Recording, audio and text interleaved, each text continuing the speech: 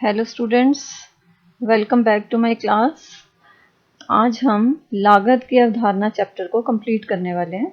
तो इस चैप्टर पर ये मेरी आखिरी वीडियो है और आज का टॉपिक है औसत लागत वक्र यू आकार की क्यों होती है। आज हम ये टॉपिक करने वाले हैं कि why is the average cost curve U shaped. तो बच्चों, ये बहुत इम्पॉर्टेंट टॉपिक है, इसको आपने ध्यान से समझना है। एग्जाम पॉइंट ऑफ व्यू से ये बहुत इम्पॉर्टेंट है। और एक चीज़ और, आपने जो भी आज के टॉपिक में करवाया जाएगा उसको अगर अच्छी तरह से समझना है तो आपको उससे पहले मेरी इस चैप्टर पर जितने भी वीडियोज़ हैं उनको देखना पड़ेगा, क्योंकि उसमें मैंने डायग्राम्स के बारे में, जैसे एवरेज कॉस्ट कर्व कैसे ड्रॉ होता है, उसके बारे में सारा डिटेल में समझाया हुआ है। तो लिंक्स आपको मिल जाएंगे डिस्क्रिप्शन बॉक्स में, तो वहाँ जाकर पहले आप पहले वाली वीडियोस देखना इस चैप्टर की और फिर इस टॉपिक को क्लियर करना। तो टॉपिक कैरी ऑन करते हैं कि जो ये औसत लागत वक्र है इसकी शेप कैसी होती है। ये यू शेप की होती है। यू शेप का होने का मतलब क्या है कि पहले ये नीचे की तरफ गिरती है, अपने न्यूनतम पर पहुंचने के बाद ये फिर ऊपर उठना शुरू कर देती है। तो इन तीन फीचर्स की वजह से ही क्या है, यू शेप में होगी। अब उसके पीछे कुछ कारण हैं। सबसे पहला कारण तो क्या है कि जो औसत लागत होती है, एवरेज कॉस्ट, उसको हम कैसे कैलकुलेट करते हैं। वो इन दो तरह की कॉस्ट की वजह से कैलकुलेट की जाती है। दोनों, जैसे average fix cost, average variable cost, अगर हम दोनों को ऐड कर देते हैं तो हमारे पास औसत लागत वक्र आ जाती है, या औसत लागत की वैल्यू आ जाती है। तो मीन्स ये जो ए एफ सी हैं, ए बी सी हैं, ये दोनों ए सी को कैलकुलेट करने का बेस हैं। और जो औसत लागत वक्र है, क्योंकि हम इन दोनों की हेल्प से कैलकुलेट कर रहे हैं, तो जैसे जैसे उत्पादन बढ़ता है जो औसत बंदी लागत है वो कॉन्टिन्यूसली घटती जाती है। मतलब औसत लागत वक्र नेगेटिवली स्लोप्ड होता है, ऊपर से नीचे की तरफ ये गिरता है। और परिवर्तनशील लागत जो होती है, औसत परिवर्तनशील लागत, वो शुरू में कम होती है और फिर आरंभ में ये औसत लागत भी घटती है, फिर ये अपने न्यूनतम पर पहुंचती है और फिर बढ़ना आरंभ हो जाती है। यहाँ परिवर्तनशील लागत मतलब यहाँ मैं औसत परिवर्तनशील लागत की बात ही कर रही हूँ। तो इन दोनों का समीशन होने की वजह से एवरेज कॉस्ट जो होती है वो वक्र यू शेप की होती है। दूसरा रीजन, घटते बढ़ते अनुपात का नियम, इसके पीछे रीजन है। इस पर आप पूरा चैप्टर कर चुके हैं, मैंने इसकी डिटेल स्टडी आपको करवाई थी। तो अल्पकाल में, क्योंकि दो तरह के साधन होते हैं, स्थिर साधन और परिवर्तनशील साधन, तो जब स्थिर साधन का कुशलतापूर्वक प्रयोग होने लगता है तो क्या होगा, औसत लागत कम होने लग जाएगी और औसत लागत वक्र नीचे गिरने लग जाएगा। लेकिन जैसे जैसे समय बीतता है, जो स्थिर साधन है उसके साथ परिवर्तनशील साधन का अनुपात तो बढ़ता जाता है, लेकिन स्थिर साधन स्थिर रहता है, उसकी मात्रा में वृद्धि नहीं होती है, जिसकी वजह से परिवर्तनशील साधन का औसत उत्पादन कम होने लगता है और उत्पादन की जो लागत होती है वो बढ़ना शुरू कर देती है। अर्थात घटते बढ़ते अनुपात का नियम लागू होने की वजह से उत्पादन लागत बढ़ने लगती है और उत्पादन घटती दर से बढ़ता है, जिस वजह से औसत लागत वक्र ऊपर की ओर उठने लग जाती है। थर्ड रीजन है आंतरिक किफायतों तथा बचतों, जिसे हम किफायतों या बचतों कह सकते हैं, और हानियों का आधार, कि जो इंटरनल इकोनॉमीज हैं, डिस इकोनॉमीज हैं, उनकी वजह से भी एसी वक्र यू शेप में होती है। क्योंकि जब अल्पकाल होता है, उत्पादन को बढ़ाया जाता है, तो साधन की अविभाज्यता के कारण फर्म को कई तरह की बचतें प्राप्त होती हैं, जिन्हें हम तकनीकी बचतें, बिक्री संबंधी किफायतें भी कह सकते हैं, जिससे औसत लागत कम होती है। मीन्स औसत लागत वक्र नीचे की तरफ गिरता है। लेकिन फिर धीरे धीरे समय के बीतने के साथ साथ फर्म को आंतरिक हानियों का सामना भी करना पड़ता है, और जिसकी वजह से औसत लागत बढ़ने लग जाती है। तो इन तीनों रीजंस की वजह से औसत लागत कैसी होगी, ये वक्र यू आकार की हो जाती है। तो बच्चों, अब हम नेक्स्ट टॉपिक पर आ जाते हैं। नेक्स्ट टॉपिक है औसत लागत तथा सीमांत लागत में संबंध। पहले वाले टॉपिक की तरह ये टॉपिक भी बहुत इंपॉर्टेंट है, तो हम इसको ध्यान से समझेंगे। तो जो औसत लागत है और सीमांत लागत है, उसमें ये चार संबंध, रिलेशनशिप जो होते हैं वो पाए जाते हैं। पहला क्या है, औसत लागत तथा सीमांत लागत दोनों का अनुमान कुल लागत से लगाया जाता है। Means both AC and MC। अगर हमारे पास टीसी गिवन हो हमें, तो हम इसके बेस पर एसी भी कैलकुलेट कर सकते हैं और एमसी भी कैलकुलेट कर सकते हैं। ये आप बच्चों ने फॉर्मूलाज पहले भी किए हैं। AC equal to TC by Q. औसत लागत कैसे हम निकाल सकते हैं? कुल लागत को क्वांटिटी जितनी उत्पादन किया उससे अगर हम भाग दे देंगे तो एसी आ जाएगा। और एमसी हम कैसे कैलकुलेट कर सकते हैं? टीसी एन माइनस 1 करके हम एमसी को कैलकुलेट कर सकते हैं। तो मीन्स अगर हमारे पास कुल लागत है तो ये दोनों लागतें हम कैलकुलेट कर सकते हैं, इनकी गणना कर सकते हैं। सेकेंड रिलेशनशिप क्या है कि औसत लागत के घटने पर सीमांत लागत घटती है। जैसे जैसे औसत लागत घटती है सीमांत लागत घटेगी, लेकिन ये औसत लागत की अपेक्षा तेजी से कम होती है। मैंने यहाँ पर ये वही टेबल बनाई हुई है जो मैंने अपनी पहली वीडियो में आपको सिखाई थी। ये कुल लागत जैसे हमें गिवन है उत्पादन, ये दो कॉलम हम बनाएंगे, इसके बेस पर दोनों के बेसिस पर हम औसत लागत कैलकुलेट कर सकते हैं ये फॉर्मूला अप्लाई करके।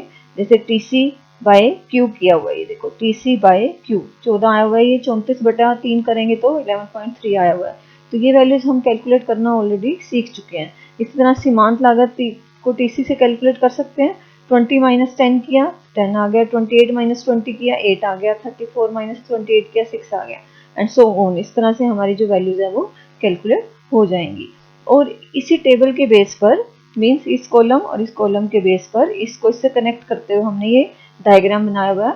ये एमसी है, मीन्स सीमांत लागत वक्र है, और ये औसत लागत वक्र है। ये भी आप पहले सीख चुके हैं, इसलिए यहाँ पर मैं डिटेल्ड स्टडी जो हम कर रहे हैं वो करेंगे इन दोनों के रिलेशनशिप की। तो आप देख रहे हैं पहला तो पॉइंट यहाँ से क्लैरिफाई हो गया कि इसके बेसिस पर ये दोनों कैलकुलेट होती हैं। दूसरा हमने किया कि जब एसी गिरती है, ये देखिए एसी का गिरता हुआ पोर्शन ये है, मीन्स इस ई पॉइंट से पहले एसी क्या है, गिर रही है। तो जब एसी गिरती है तो एमसी भी गिरती है, लेकिन एमसी एसी की तुलना में तेजी से गिरती है। तो मीन्स इस ई पॉइंट से पहले जो एमसी वक्र है वो एसी से कम होगी इसकी वैल्यू, इसलिए हम कह रहे हैं कि एमसी जो है एसी से तेजी से गिरती है। अब ई पॉइंट पर एसी अपने मिनिमम पर पहुंच गई, तो मीन्स सीमांत लागत वक्र औसत लागत को कहाँ कट करती है? जहां पर औसत लागत वक्र अपने मिनिमम पर पहुंच जाता है, उस पॉइंट पर एमसी इसके बराबर हो जाती है। तो मीन्स मैं ये कह रही हूँ ई पॉइंट पर एमसी और एसी वो दोनों एक दूसरे के बराबर हो जाते हैं। ये वाला पॉइंट हो गया। ये देखिए औसत लागत कहाँ मिनिमम है? यहाँ पर मिनिमम है, ये यहाँ मिनिमम है, उसके बाद ये कैरी ऑन करती है, इस पॉइंट पर ये मिनिमम ही है, तो इस पॉइंट पर एमसी क्या होगी? एसी के बराबर होगी। ये वाला लेवल ई पॉइंट शो कर रहा है। और औसत लागत के बढ़ने पर सीमांत लागत भी बढ़ती है, किंतु औसत लागत की तुलना में तेजी से बढ़ती है। देखिए ई पॉइंट के बाद एसी बढ़ना शुरू हो गया, लेकिन इस पॉइंट के बाद जो एमसी है वो एसी से तेजी से बढ़ता है।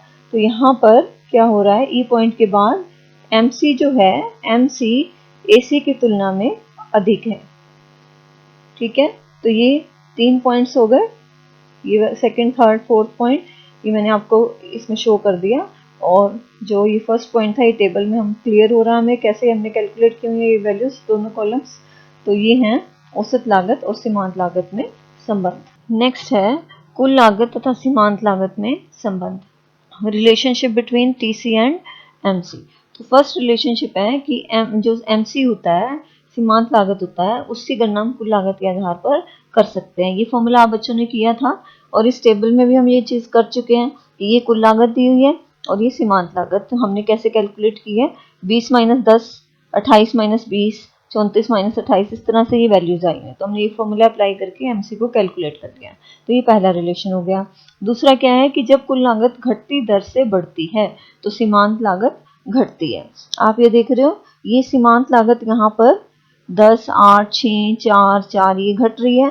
तो मीन्स यहाँ पर क्या हो रहा है कि जो कुल लागत है, पहले यहाँ 10 का डिफरेंस आया, फिर 8 का, फिर 6 का, फिर 4 का, तो मीन्स ये घटती दर से बढ़ रही है, इसलिए इसकी दर कैसी है? घटती हुई। तो एमसी क्या होगी? घटती हुई होगी। जब कुल लागत की वृद्धि स्थिर दर से होती है, यहाँ पर देखो 34 से 38, 38 से 42, तो 4 का डिफरेंस आ गया, तो वहां पर क्या हो जाएगा? यहाँ पहुंचकर सीमांत लागत न्यूनतम हो जाएगी।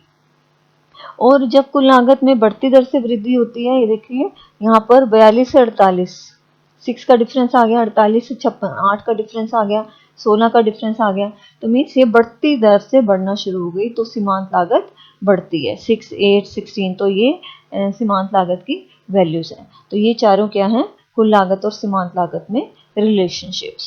नेक्स्ट कंसेप्ट है दीर्घकालीन कुल लागत वक्र। इसको हम बोल देते हैं LTCC, long run total cost curve. तो दीर्घकाल में आप बच्चों को पता ही है कि सभी साधन कैसे होते हैं, परिवर्तनशील होते हैं। ठीक है, तो यहाँ पर बंधी लागतों का कोई एग्जिस्टेंस ही नहीं है, सभी लागतें परिवर्तनशील होंगी।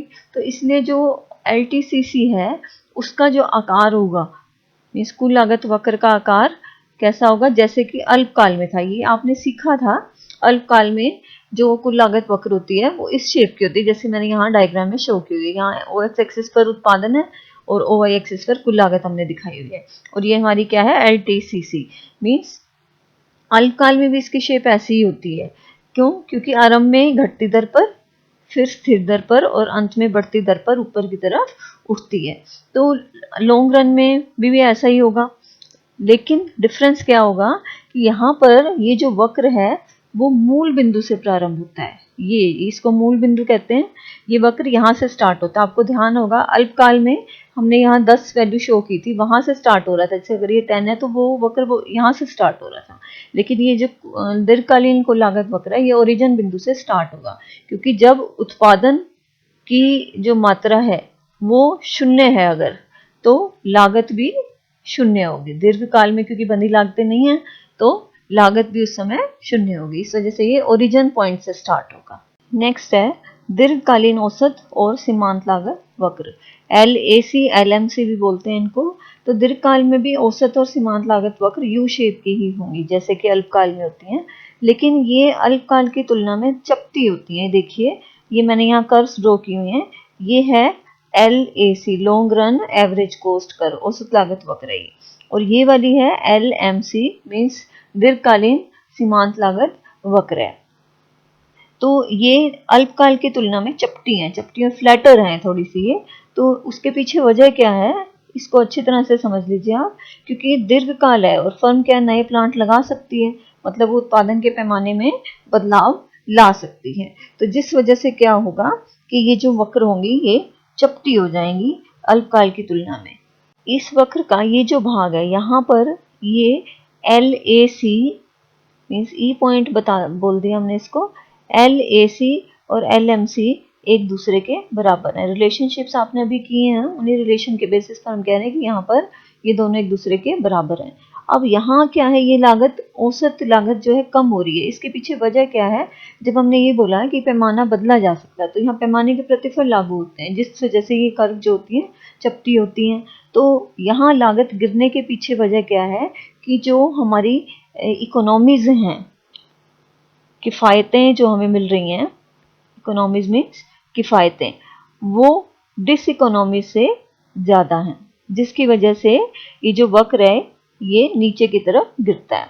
और यहाँ पर क्या होगा, ये दोनों एक दूसरे के बराबर हो जाएंगी, इकोनॉमीज और डिस इकोनॉमीज एक दूसरे के बराबर हो जाएंगी। और इस पॉइंट के बाद क्या होना शुरू हो जाएगा, मीन्स इस सारे पोर्शन में क्या हो रहा है, इस पोर्शन में जो डिस इकोनॉमीज हैं वो इकोनॉमीज की तुलना में ज़्यादा हो जाती हैं, जिसकी वजह से लागत जो है वो बढ़ना शुरू हो जाती है। तो पैमाने के प्रतिफल के पीछे जो रीजन से आपने किए ही थे, मैं उन्हीं इकोनॉमीज डिस इकोनॉमीज की बात कर रही हूँ। इकोनॉमीज मीन्स किफ़ायतें, बचते हैं, डिस इकोनॉमीज मीन्स हानियाँ।